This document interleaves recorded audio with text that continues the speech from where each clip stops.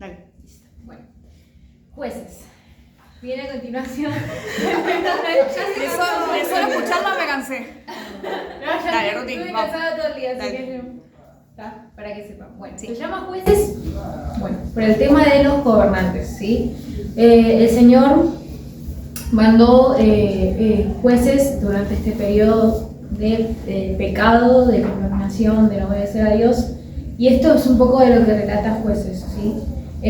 Como el pueblo de Israel se volvió de vuelta al pecado. O sea, Josué murió y mientras estuvo Josué hicieron todas las cosas bien, pero apenas murió Josué volvieron a caer en el pecado y bueno, y aún más peor todavía.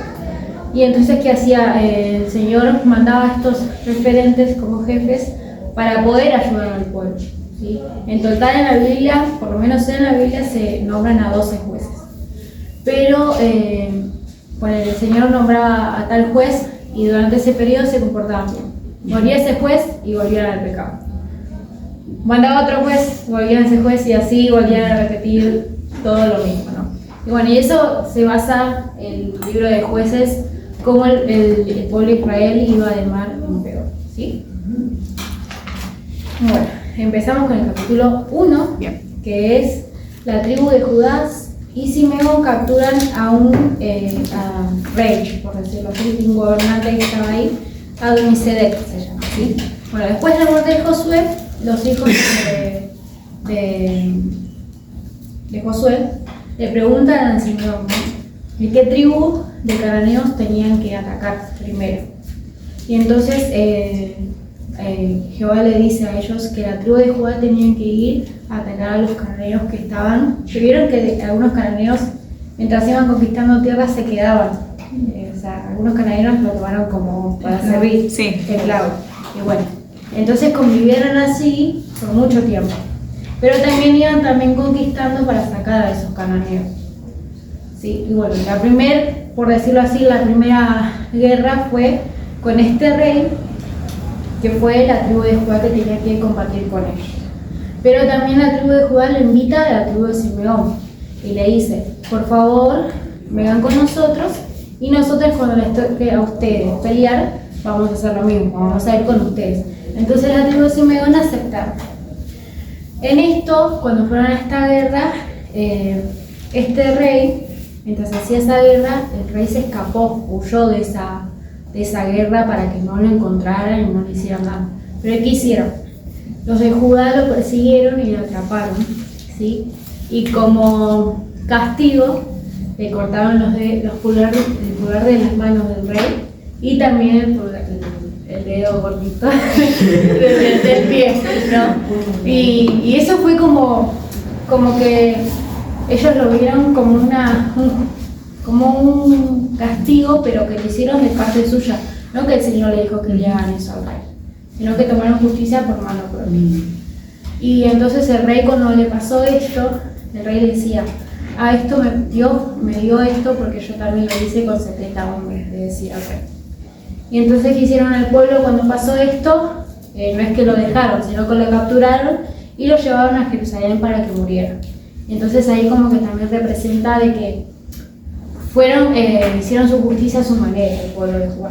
Sí obedecieron, pero a la misma vez como que hicieron una justicia por su propia cuenta, su propia carne. ¿Sí? Después seguimos con Judá, conquista de Jerusalén y Hebrón. ¿Sí? Estos temas que voy a tocar ya lo hemos dado en la parte de Josué, que en una parte voy a decir nos ayuda. Porque es fácil, ¿se acuerdan la conquista de Caleb a la tierra que conquistó Otoniel? ¿Se acuerdan? Bueno, digo para que para que vayamos ahí armando la historia juntos, así no se hace tan bien, ¿verdad? Bueno, Judá atacó a Jerusalén, la conquistaron, mataron a toda la gente, ¿sí? En esa ciudad, y luego, ¿qué hicieron? Incendiaron todo. También atacaron a los cananeos que vivían en esa montaña, a los que vivían en Hebrón, y allí derrotaron a los grupos cananeos, que eran Sesaí, Aishman y Talamahai. Después, bueno, viene la Otoniel conquista a la ciudad de Bir, que fue cuando Caleb quería conquistar la tierra de David, que dice quién es capaz de... ¿La tierra de qué? De Debir. Debir. Sí, que tiene otro antes se llamaba otro nombre, pero después lo cambió la que él le dice quién es capaz de conquistar, que yo le daré a mi hija, entonces sale Otoniel. Sale Otoniel. Y bueno, la cuestión que gana la hija se casa con él y ellos le piden tierra y también le pide un manantial para que esa tierra dé fruto. ¿Eso puso el juego? Sí. Entonces hay que resumirlo porque se repite historias. Antes lo pidió y ahora le dio. Ahí está. Bueno. Y después tenemos la conquista de la tribu de Judá y Benjamín, ¿sí? Que los kenitas, que eran descendientes del suegro de Moisés, junto con el pueblo de Judá se fueron a un desierto donde se quedaron ahí. ¿Sí? Los de Judá con los de Simeón derrotaron a los cananeos que vivían en una ciudad que se llama Sefá. La destruyeron por completo y llamaron al lugar Orma, ¿sí? Como que le cambiaron el nombre. Después también tenemos la tribu de Judá, que con la ayuda de Dios se apoderó de una zona montañosa, pero no llegaron a la parte de apoderarse de donde era todo llano, como que el Señor no les dio esa conquista en ese momento al pueblo de Judá, ¿sí? Y también porque ellos decían que esa tribu era muy fuerte y como que tuvieron miedo y como que retrocedieron y tampoco la conquistaron. Por ese miedo no conquistaron la ciudad. También no conquistaron varias ciudades, ¿sí? Gazá, Ascalón, Ecrón y muchas ciudades más, territorios vecinos que estaban alrededor. Y también después tenemos la promesa que le había dado Moisés a Caleb, que le iba a dar la tierra de Hebrón, ¿de acuerdo? Después, bueno, Caleb, ¿qué hizo? Cuando le dieron esta tierra, él sí expulsó a los que estaban en esa ciudad como cananeos, que en esto eran 3 familias que descendían de la descendencia de los gigantes de Anak. Bueno, en esa ciudad vivían ellos, pero Caleb los expulsó, ¿sí? Después tenemos a los jebuseos que habitaban en Jerusalén. Las tribus de Benjamín no lo pudieron echar, o sea que vivieron con ellos. Vivieron y también fueron a trabajar con ellos. Después tenemos la conquista de Betel, ¿sí? Que vendría a ser que Efraín y Manasés atacaron a Betel y Jehová estuvo con ellos. O sea que Jehová le dio la victoria y pudieron conquistar. Pero primero pusieron a espías en Betel, de la tribu de Efraín y Manasés. Y bueno, Betel antes le decían Luz, ¿sí? Y entonces los que espiaban, dice que vieron a un hombre, cuando fueron a espiar la tierra, vieron a un hombre que estaba en la tierra y le dice, ¿cómo podemos hacer para entrar y conquistar la tierra? Y él les pide que por favor le haga entrar a la tierra y si lo haces, tendremos misericordia y no será destruido, como que no le iba a tocar a ellos. Entonces el hombre le enseña, o sea, le muestra cómo entrar, y cuando entraron y derrotaron a toda la ciudad de Betel, el único que salvaron fueron a este hombre, ¿sí? El hombre que le hizo entrar a la tierra. Y entonces él fue el único que vivió, pero cuando se fue, armó una ciudad que le puso Luz, en representación a lo que ellos le hicieron. ¿Entienden? Sí. O más o menos. ¿Pero por qué Luz? Porque Betel significaba luz. La tierra de Betel significaba luz.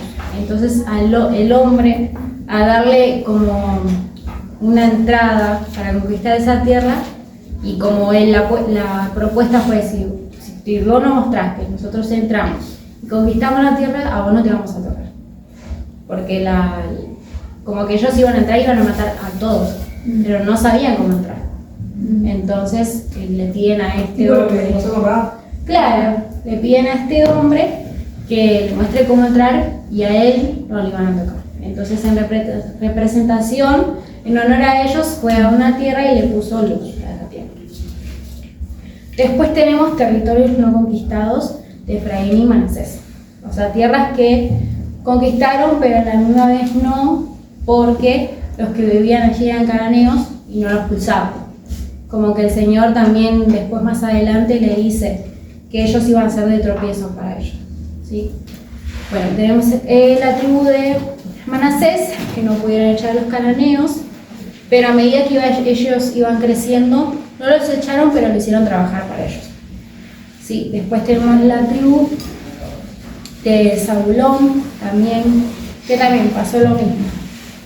No pudieron echar a los cananeos, pero a medida que iban creciendo, decían trabajar con ellos. Después tenemos la tribu de Naftalí, que también hicieron lo mismo. Después tenemos la tribu de Efraín, que también convivieron con los que estaban ahí como cananeos, pero ellos no les hacían trabajar para ellos, sino que lo dejaban vivir así como libremente. ¿Sí? Y después ya vemos con una historia que está muy buena, que es el ángel de Jehová en Boquín, que creo que algo se nombró en Josué, pero no se dio el énfasis. ¿Sí? Bueno, cuando pasó esto, un ángel de Jehová subió a Gilgal y dijo: yo los saqué de Egipto y los traje a la tierra que les había prometido a nuestros padres, diciéndoles que no iba a invalidar mi pacto con ustedes, como que la promesa que le di la iba a dar, pero si ustedes me obedecían, ¿sí? Si ustedes no hacían pacto con los otros dioses que estaban allí en esa tierra, si ustedes no se contaminaban, si no adoraban a otros dioses.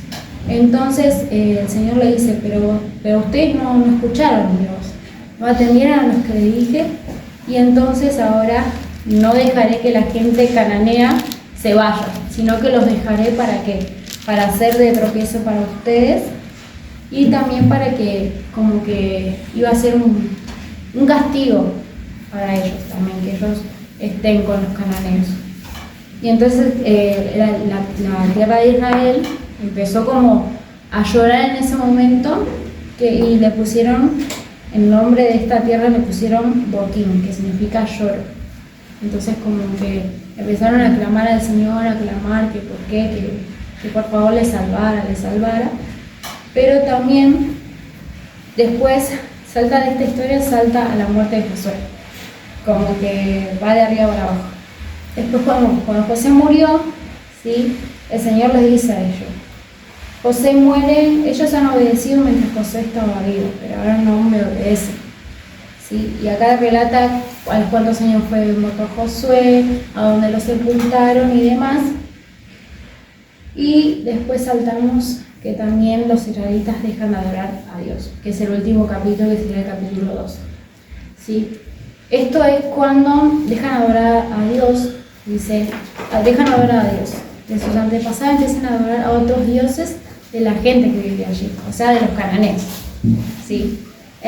Bueno, este pecado hizo enojar tanto a Dios que dejó que los atacaran, o sea, que los mismos cananeos empezaran a atacarlos a los israelitas, a la tribu de Manasés, a todas las tribus que estaban ahí, empezaron a atacarlos, a robarles todo, y como que ellos estaban como sin el amparo del Señor, ¿sí? Era eso, como que el Señor decía, le empezaron a robar, y también permitió que los enemigos lo empezaran a derrotar, o sea, como que empezaran a perder batallas, Y cuando iban a pelear, Dios se oponía contra ellos. O sea, no que estaba a su favor, sino que le daba la victoria a la otra tierra. O sea, a los enemigos. Y la consecuencia fue esto. ¿Por qué? Porque no prestaron atención. Hicieron lo que sus padres de una manera hicieron, pero aún más. O sea, fue más su pecado que los antepasados de ellos, ¿no? Y empezaron a hacer lo peor, a idolatrizar estatuas, a querer adorar a otros dioses, ¿no? Y el Señor dijo: no, mi ira está con ustedes, como que ahora no respaldaré por mucho tiempo, no los voy a respaldar. Y bueno, ahí es cuando Jehová levanta a jueces, ¿sí? Y Jehová estaba con los jueces, y los jueces estaban ¿para qué? Para ayudar a los israelitas de esta, ¿cómo decirlo? De esta, ¿cómo a ver? No puede ayudar. Rebeldía, pero vieron cuando es un desastre, cuando hay un desorden, ese desorden, como que el Señor mandaba a esos jueces para poder ordenarlo a ellos y poder que vuelvan al camino. Pero como les decía, le contaba al principio, los mismos jueces como que el Señor le daba una respuesta, porque los mismos jueces veían la situación del pueblo de Israel y le decían: Señor, por favor, ten misericordia, dinos algo, que te necesitamos, como que no sabían tampoco cómo hacerlos que ellos entren en razón. Entonces el Señor le daba una idea, pero aceptaban un momento y después volvían de vuelta al pecado. Y así iban haciendo con todos los jueces, como que el Señor ponía a cada juez en su momento, morían y volvían otros jueces, pero ellos, como que en ese momento cuando estaban los jueces, ponele que aceptaban ese consejo, entre paréntesis, porque después volvían y hacían lo mismo y era peor y peor y peor, y ahí empezamos también con los jueces que se van levantando a medida del pecado de Israel. Bueno, como dijo Ruth, Dios había dejado naciones sin conquistar que eran para probar al pueblo.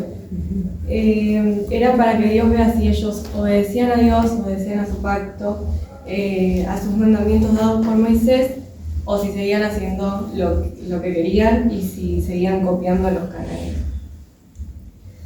Pero los israelitas hicieron lo que quisieron.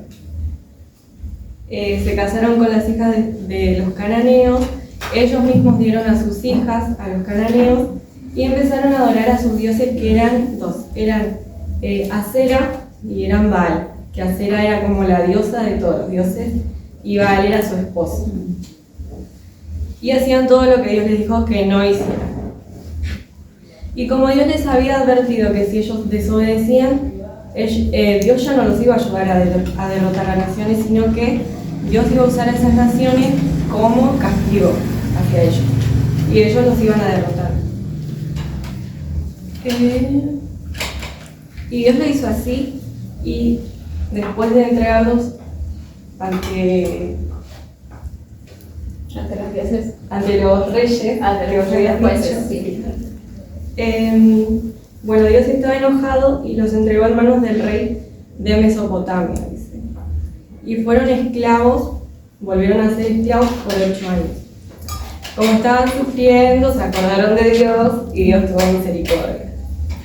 Entonces Dios les dio como libertador a Otoniel, que era sobrino de Caleb. Dice que el Espíritu de Dios estaba sobre Otoniel y que Dios lo ayudó a derrotar a ese rey de Mesopotamia, a su pueblo. Y tuvieron paz por 40 años hasta que murió Otoniel y volvieron a hacer lo que quisieron y volvieron a desobedecer. Entonces Dios se volvió a enfurecer y le dio mucho poder a un rey que se llamaba Eglón, que era el rey de Moab. Y este rey los tomó como esclavos durante 18 años. Entonces, como estaban sufriendo, se acordaron de Dios y Dios volvieron a pedir a Dios ayuda y Dios los ayudó. Entonces Dios escuchó a los israelitas y levantó a un hombre llamado Ohad, que era de la tribu de Efraín. Entonces Ohad fue donde estaban los israelitas y los israelitas le dieron un regalo para que él se lo lleve al rey Eglón.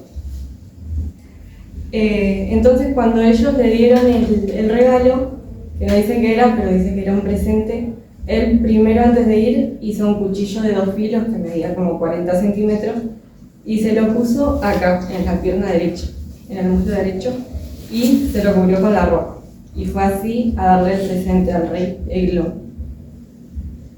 Entonces él fue a darle el regalo al rey y después le dice: Rey, tengo un mensaje secreto para ti.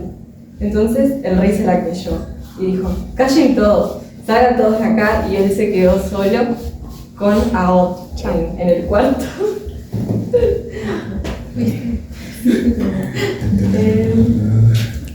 Bueno, Se la creyó.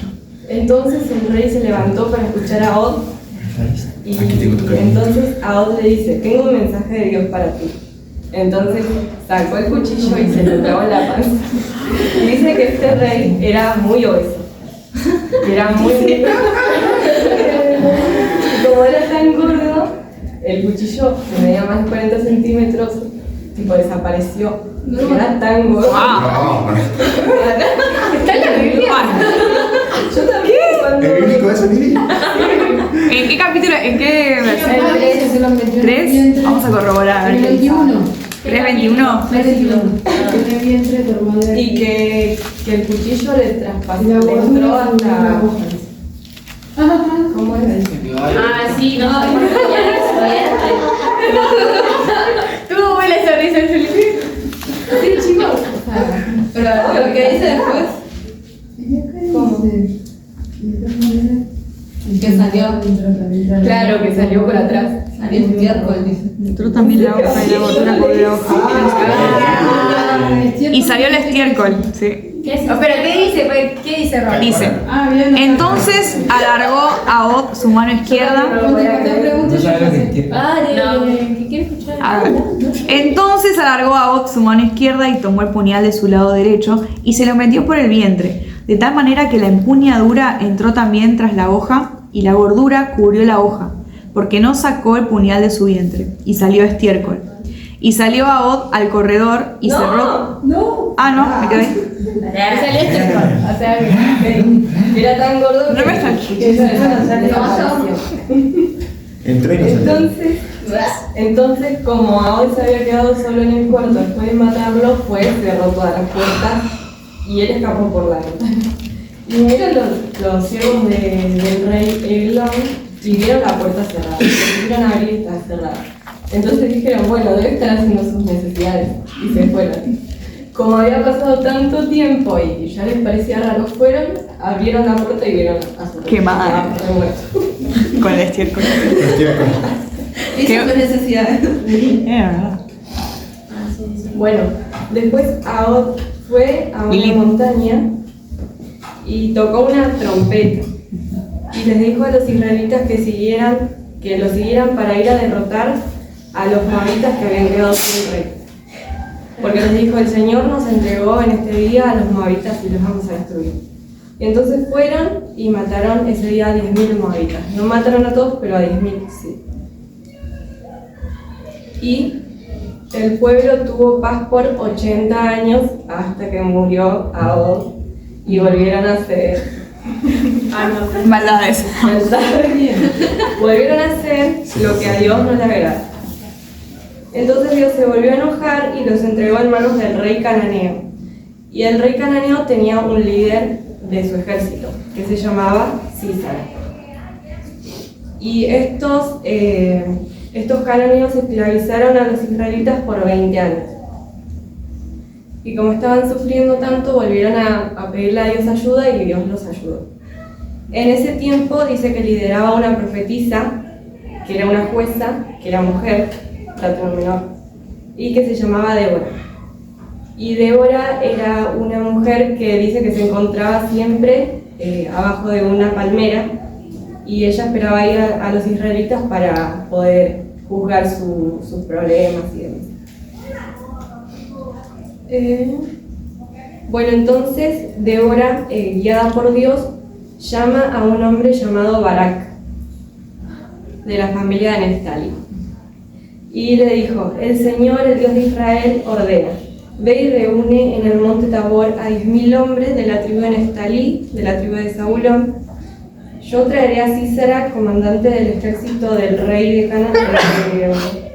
de Canaán, con sus carros y sus tropas hasta el arroyo. O sea, le estaba diciendo que vaya a combatir contra ellos. Entonces Barak le dice, solo voy a ir si vos me acompañás, si no, no voy a ir.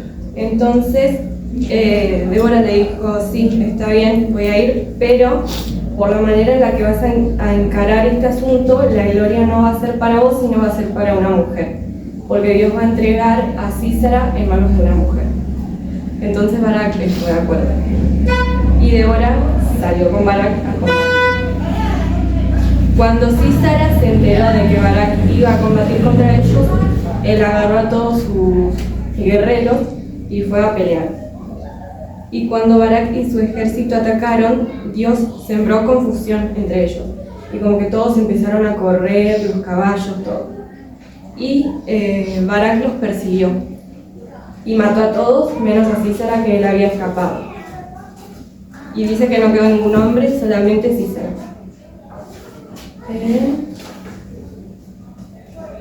Bueno, Sísara corrió, se fue y llegó hasta la tienda de una mujer que se llamaba Jael. Y esta mujer le dijo, vení, entra acá a mi tienda, que no tengas miedo. Entonces ella lo metió en su tienda, lo tapó con una manta y él le pidió agua, entonces ella le dio leche en vez de agua, porque tenía sed. Y le dijo, ponete a la puerta de la tienda y si alguien pregunta por mí o pregunta si hay alguien acá, no digas nada. Entonces Jael le dijo, bueno, pero salió y se dio cuenta que él era una amenaza, que si por ahí la encontraban a ella y que ella estaba escondiéndolo, la iban a matar. Entonces él agarró una estaca, ¿saben lo que es una estaca, no? Agarró una estaca, un martillo y mientras Císara estaba dormido fue y le clavó la estaca en medio de la cabeza y lo mató. Entonces justo Barak pasaba por esa tienda y Jael lo llamó y le dijo, ven, te mostraré al hombre que tú estás buscando. Entonces Barak entró a la tienda y vio a Císara que estaba muerto. Y ahí vio que se había cumplido lo que Débora le había dicho, que iba a entregar a Císara en manos de una mujer, que la gloria iba a ser para una mujer. Y dice que así destruyeron a Císara y al rey cananeo del pueblo de Israel. Y así termina nuestra parte.